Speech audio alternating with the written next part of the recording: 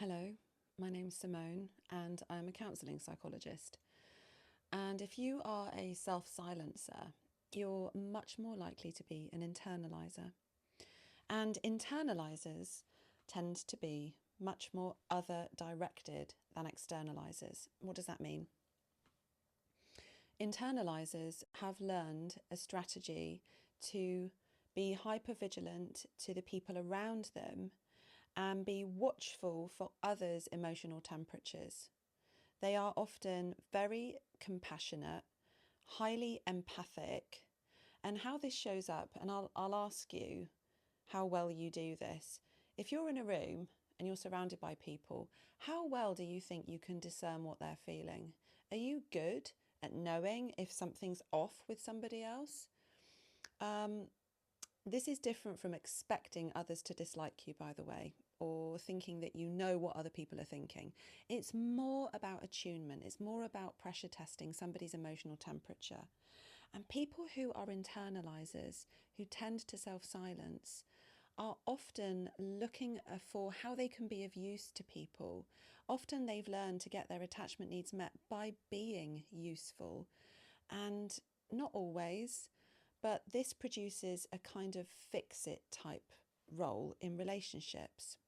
And now, how this shows up in therapy is oftentimes people will come to therapy and they'll talk about their lives, and often it's relationships. They'll come in the door for one reason and they'll often talk about their relationships.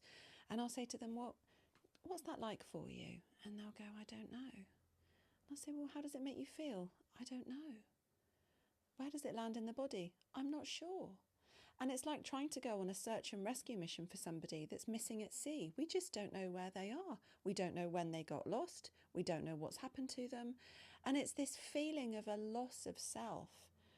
And healing from self silencing requires a more robust connection to selfhood, to what things actually feel like to you. Because if you don't give yourself time and space and permission to honour what things feel like, you can't build a life that is safe, that feels nourishing, that has joy. You're just constantly operating from a place of, well, are you okay? Are you okay? Are you okay? Are you okay?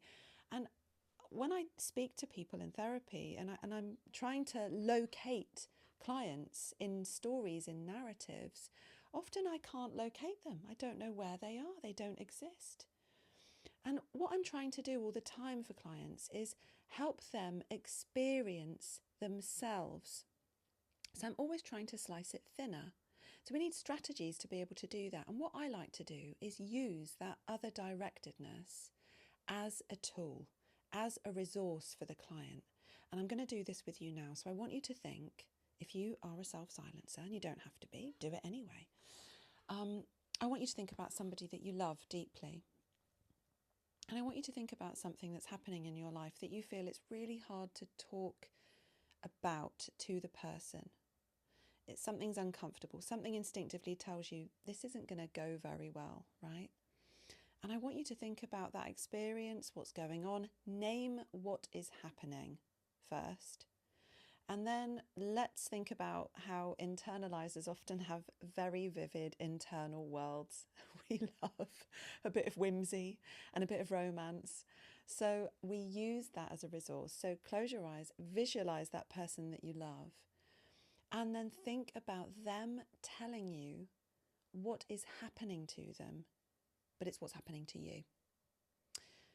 And I want you to imagine they're coming to you for guidance and they're telling you, well, this thing is happening and it's making me feel like this. And the impact of this is that I'm showing up in this way and I don't like this way and I don't want to play this role. And then I want you to see how that lands. How do you feel about that happening to this person that you love so dearly? Now, how you feel about that is how you feel about it for you. You just can't access it because you're so accustomed to being useful to others, a compassionate, empathic, attuned resource for others. But when it comes to that operating as a resource for yourself, it's not there. So you're going to use the other person, the other directedness, like a kind of relay system. You're going to use it so it can come back to you. Now, your prefrontal cortex doesn't know the difference between imagining a scenario and it really happening.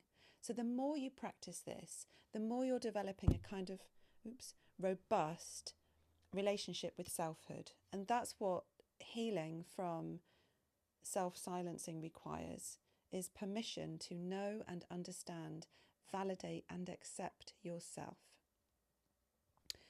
So I hope that's useful to you. Let me know what you think. Okay.